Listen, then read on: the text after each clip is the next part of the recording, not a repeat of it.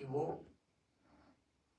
शिक्षित हों, संस्कारित हों, समाज को सुखी करें, ऐसी प्रेरणा दी है। इसलिए पर दुर्भाग्य से गुरुवाणी भी एक संप्रदाय की लोगों ने मान लिया, जबकि कोई डॉक्टर एक जाति का नहीं होता, एक मजहब का नहीं होता, और गुरु भी डॉक्टर हैं, वैद्य हैं, वो मन समाज को ठीक करते हैं। लेकिन यदि कोई डॉक्टर को भी मान ले, जैसा कि रामायण में एक प्रसंग आता है, जब लक्ष्मण को शक्ति लगी तो वैद्य की आवश्यकता हुई, तो रावण का वैद्य था, तो उसको भी ले गए। तो वैद्य वो राम विरोधियों का था, लेकिन डॉक्टर कभी एक का नहीं होता, वो सबका होता है। तो गुरु ग्रंथ साहब और गुरु किसी एक जाति मजहब के नहीं है, वो सबके हैं।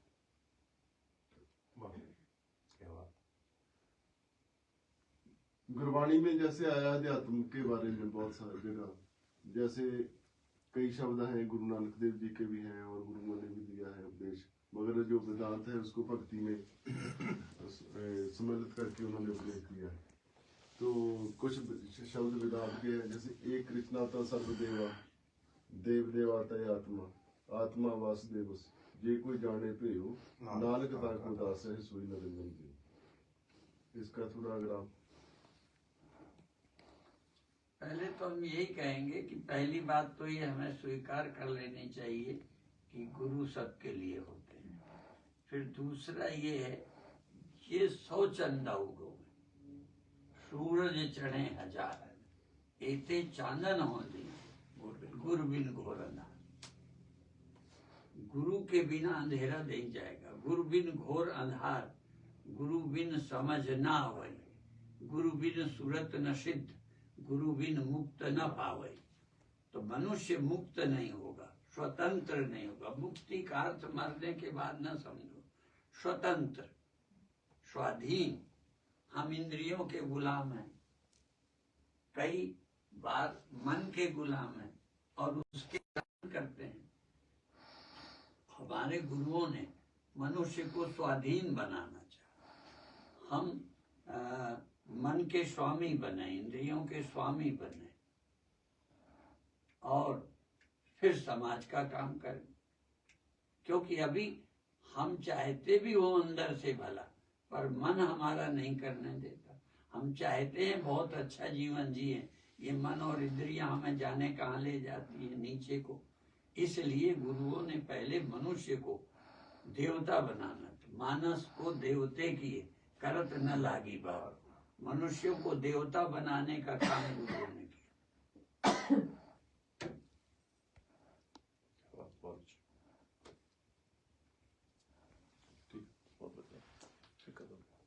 इस समय महाराज जी, जैसे आपने पहले कहा है कि गुरबाणी जो सबके लिए है, तो क्या सिख नाकाम रहे हैं सब तक पहुंचाने के लिए? कुछ कारण हो सकते हैं गुरुमुखों के द्वारा भी जिससे ऐसा हुआ, लेकिन दूसरा भी है कि मनुष्य की मान्यताएं स्वयं इतनी बढ़ चुकी हैं मान्यताओं में कि अन्य लोगों से ऐसे जैसे वेद वो हिंदुओं का बना दिया गया, गुरबाणी सिखों की बना दी गई, कुरान मुसलमानों की हो गई, बाइबिल ईसाइयों की हो गई। तो ये जो बांट दिया गया तो उसका लाभ हमें नहीं हो रहा। दूसरा, ये अपना बना लेने से एक दोष भी हुआ कि उसमें कोई कमी भी है तो वो सुधार नहीं करना चाहते। जो कुरान में लिखा और उसी के आधार पर समाज में लड़ाइयाँ, जबकि ये ग्रंथ और गुरु समाज के लिए चिकित्सा थे। लेकिन हमने ये अनुभव किया कि जो समस्या का समाधान करना चाहिए था वो धर्म समस्या बन गया। धर्म है अनेक समस्याओं का समाधान, व्यक्ति का भी और राष्ट्र का भी। लेकिन उन्हीं मान्यताओं में लोग लड़ रहे हैं, मुसलमान हिंदू आपस में और क्रिश्चियन उससे। तो ये जो हम मजहबों में बंध गए, उससे हमें विश्व का भी नुकसान हो रहा है, हमारी ऊर्जा लड़ने में बर्बाद हो रही, निर्माण में नहीं। आवश्यकता है कि हमारी शक्ति विश्व निर्माण में लगे, और दुर्भाग्य से निर्माण के और सुरक्षा के नाम से इतना हमने जहर पैदा कर लिया है, शक्ति पैदा कर ली है कि हम कब बर्बाद हो जाएंगे ये भी नहीं है। और उसके लिए शांति चाहिए। हमारे यहाँ पहले है कि साधु के पास शस्त्र चाहिए, माने सज्जन के पास शक्ति होगी तो उससे समाज का भला होगा, चाहे धन हो, चाहे शस्त्र हो, चाहे और कोई विद्या हो। लेकिन यदि शस्त्र और शक्ति किसी गलत के पास होगी तो समाज का नुकसान होगा। तो आज विज्ञान के हाथ में इतनी शक्ति है जो इनके अंदर शांति नहीं है। एक व्यक्ति, एक राष्ट्र स्वयं शांत नहीं है और उसके पास शक्ति आ गई। कितने युद्ध शुरू हुए हैं, अभी बंद ही नहीं हुए। रूस और यूक्रेन का और इजराइल और ये तो सब युद्ध चल रहे हैं। और कब आणविक शक्ति का दुरुपयोग हो जाए, विश्व का विनाश हो जाए। इसलिए शांत व्यक्ति के पास शक्ति चाहिए। और हमारे भगवान राम ने एक बार वो बाण लिए थे तो हिरण भागे, तो राम भगवान ने कहा ये शस्त्र बाण तुम्हारे लिए नहीं है, दुष्टों के लिए है। जैसे हमारे गुरुओं ने, दसम गुरु जी, तो उनकी जो कृपाण है वो सज्जनों के लिए नहीं है, सज्जनों की रक्षा के लिए है। तो शक्ति साधु के पास चाहिए, शक्ति सज्जन के पास चाहिए। दुष्ट के पास होगी तो नुकसान होगा। जैसे हम शुरू से सुनते आए हैं, शुरू से जो हिंदुस्तान है, भारत है, वो अध्यात्म में सब वर्ल्ड की अगुवाई करता रहा है, विश्व गुरु रहा है। तो आप रशिया गए हैं, अमेरिका 16 बार गए, न्यूजीलैंड और कंट्रियों में भी आपका जाना हुआ है। तो आपने क्या अनुभव किया, जो उधर के लोग हैं, जो वहाँ के मूल के लोग हैं, उनको इस चीज की इतनी प्यास है ज्यादा, तो इस समय हम उसमें सफल हो पाए हैं कि हम भारत का जो अध्यात्म है उन तक पहुंचा सके? जहाँ कौन सी कमियां रही हैं जो नहीं पहुंचा सके? यद्यपि कुछ अच्छाइयां भी आज विश्व में आ रही हैं। रसा नास्तिक राष्ट्र है, पर वो भी आज विज्ञान के कारण कुछ सुनते पढ़ते हैं तो उनमें भी अध्यात्म की रुचि है। इसी तरह भौतिकवादी देश हैं अमेरिका आदि, लेकिन वहां पर भी आध्यात्मिक लोग जा रहे हैं और वो आध्यात्मिक बातें सुनने में रुचि ले रहे हैं। तो अभी क्योंकि मनुष्य की जो गहरी मांग है, हम जाने न जाने, हम केवल धन से तृप्त नहीं हो पाते, और धन हमको मौत से बचा नहीं सकता। और कोई व्यक्ति नहीं है गहरे में जो मरना चाहता हो, कोई व्यक्ति नहीं है जो दुखी होना चाहता हो। तो इन दुखों से और मौत से बचने का उपाय परमात्मा की, आत्मा की खोज के अलावा कोई है नहीं। इसलिए अन्य देश भी अध्यात्म की ओर रुचि ले रहे हैं।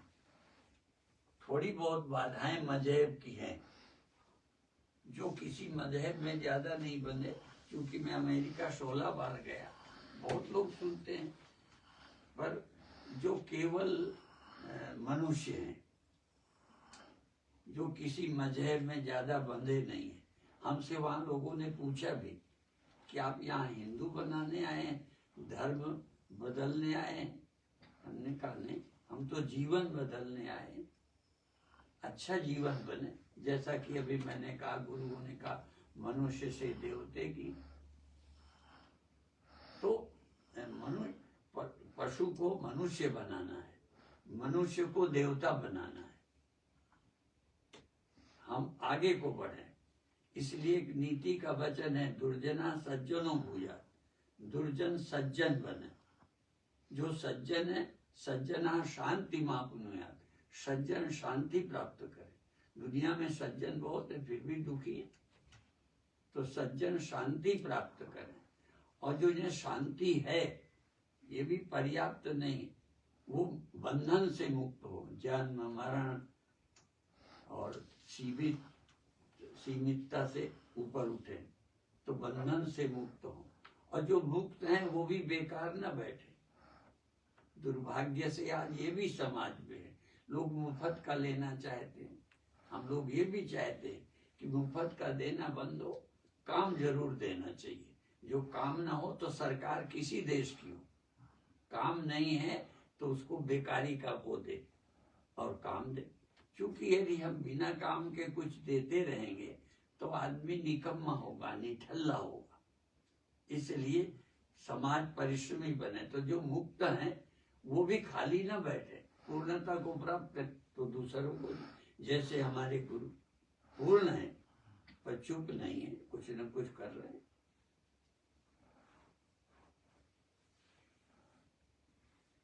महाराज जी, आप जहाँ 7वीं बार आए हैं, इस बार का 13वां दिन है आज का, 13 दिन हो गए आपको आए हैं।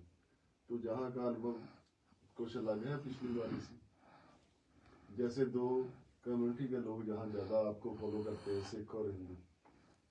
पहली बार की तुलना में इस बार ये अच्छा लगा कि पहले लोग परिचित कम थे, जानते कम थे। अब थोड़ा, क्योंकि जिससे प्राप्त करना है उसके से परिचय हो तो लोग जल्दी विश्वास करते हैं।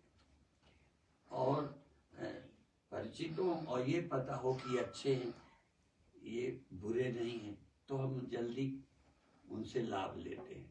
तो ये भी समाज का कर्तव्य है कि ग्रंथ जो अच्छे हैं, गुरु ग्रंथ साहब हैं, जो संत हैं, उनकी अच्छाई समाज में आए तो लोग उनसे ज्यादा लाभ ले सकेंगे। यदि बुराई ज्यादा आ जाए तो कई बार एक की बुराई आ जाती है तो 100 के प्रति आदमी को नफरत हो जाती है। इसलिए, और मीडिया क्या करता है, 100 अच्छाइयां नहीं छापता, एक बुराई हो तो उसी को छापता है। तो उससे लोगों को जो प्रेरणा लेने की रुचि है कम हो जाती है।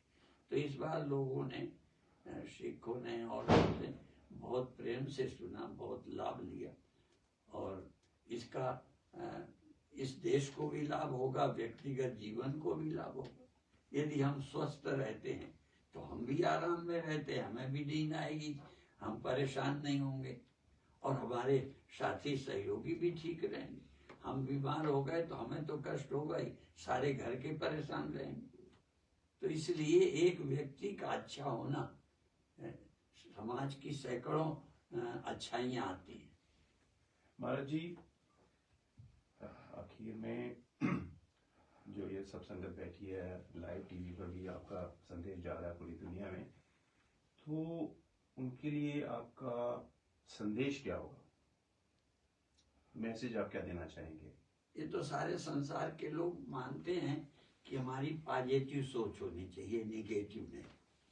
और दूसरी बात, हम अच्छाइयाँ समाज में फैलाएं, बुराइयां नहीं। होता क्या है कि बुराइयां ज्यादा समाज में आने से लोग उसकी नकल करने लग जाते हैं। अब नशा ना हो तो अब जब विदेश गए तो एक अच्छाई वहां मिली कि वो ये नहीं कहते ये नहीं करो, नहीं कहते, नहीं करने की बात कहने से और करने की कई बार प्रवृत्ति होती है। तो इसलिए करने की बात बताओ, ना करने की नहीं। मुझे अपने बचपन की भी एक याद है। तब मैं गांव में जन्मा था, तब बिजली हम जानते नहीं थे। पहली बार कानपुर गए परीक्षा देने 10वीं की, तो लोगों ने कहा बिजली पकड़ लेती है। तो हमने कहा बिजली के हाथ तो है नहीं, पकड़ कैसे लेंगे। तो हमने फिर भी डरते हुए हमने क्या किया, दूर से एक लकड़ी लगाई कि पकड़ेगी तो लकड़ी को छोड़ देंगे। जब नहीं पकड़ी तो हमने उंगली लगाई।